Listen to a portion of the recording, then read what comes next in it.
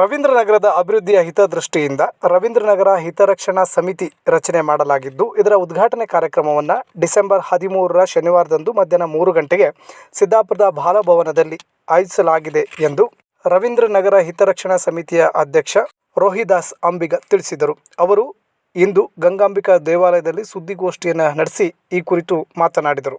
ಸ್ಥಳೀಯ ಶಾಸಕರಾದ ಭೀಮಣ್ಣ ನಾಯ್ಕರವರು ಉದ್ಘಾಟಿಸಲಿದ್ದಾರೆ. ಮುಖ್ಯ ಅತಿಥಿಗಳಾಗಿ ತಹಶೀಲ್ದಾರ್ ಎಂ.ಆರ್. ಕುಲಕರ್ಣಿ, ಗ್ಯಾರಂಟಿ ಅನುಷ್ಠಾನ ಸಮಿತಿ ಅಧ್ಯಕ್ಷ ಕೆ.ಜಿ. ನಾಗರಾಜ್, ಬ್ಲಾಕ್ ಕಾಂಗ್ರೆಸ್ ಅಧ್ಯಕ್ಷ ವಸಂತ್ ನಾಯ್ಕ್, ಆಧಾರ ಸಂಸ್ಥೆ ಅಧ್ಯಕ್ಷ ನಾಗರಾಜ್ ನಾಯ್ಕ್ ಮಾಳ್ಕೋಡ್, ಗಂಗಾಮಾತಾ ದೇವಾಲಯದ ಅಧ್ಯಕ್ಷ ನಾಗರಾಜ್ ಅಂಬಿಗ, ಅಕ್ಷಯ ಕೋಆಪರೇಟಿವ್ ಬ್ಯಾಂಕ್ ನಿರ್ದೇಶಕ ಸಾವೇರ ಡಿಸಿಲ್ವಾ, ಪಟ್ಟಣ ಪಂಚಾಯತ್ ಸ್ಥಾಯಿ ಸಮಿತಿ ಮಾಜಿ ಅಧ್ಯಕ್ಷ ಪ್ಯಾಟ್ರಿಕ್ ಡಿಸಿಲ್ವಾ, ಗಂಗಾಮಾತಾ ದೇವಸ್ಥಾನದ ಕಾರ್ಯದರ್ಶಿ ಪಾಂಡುರಂಗ ಅಂಬಿಗ ಮತ್ತಿತರರು ಉಪಸ್ಥಿತರಿರಲಿದ್ದಾರೆ.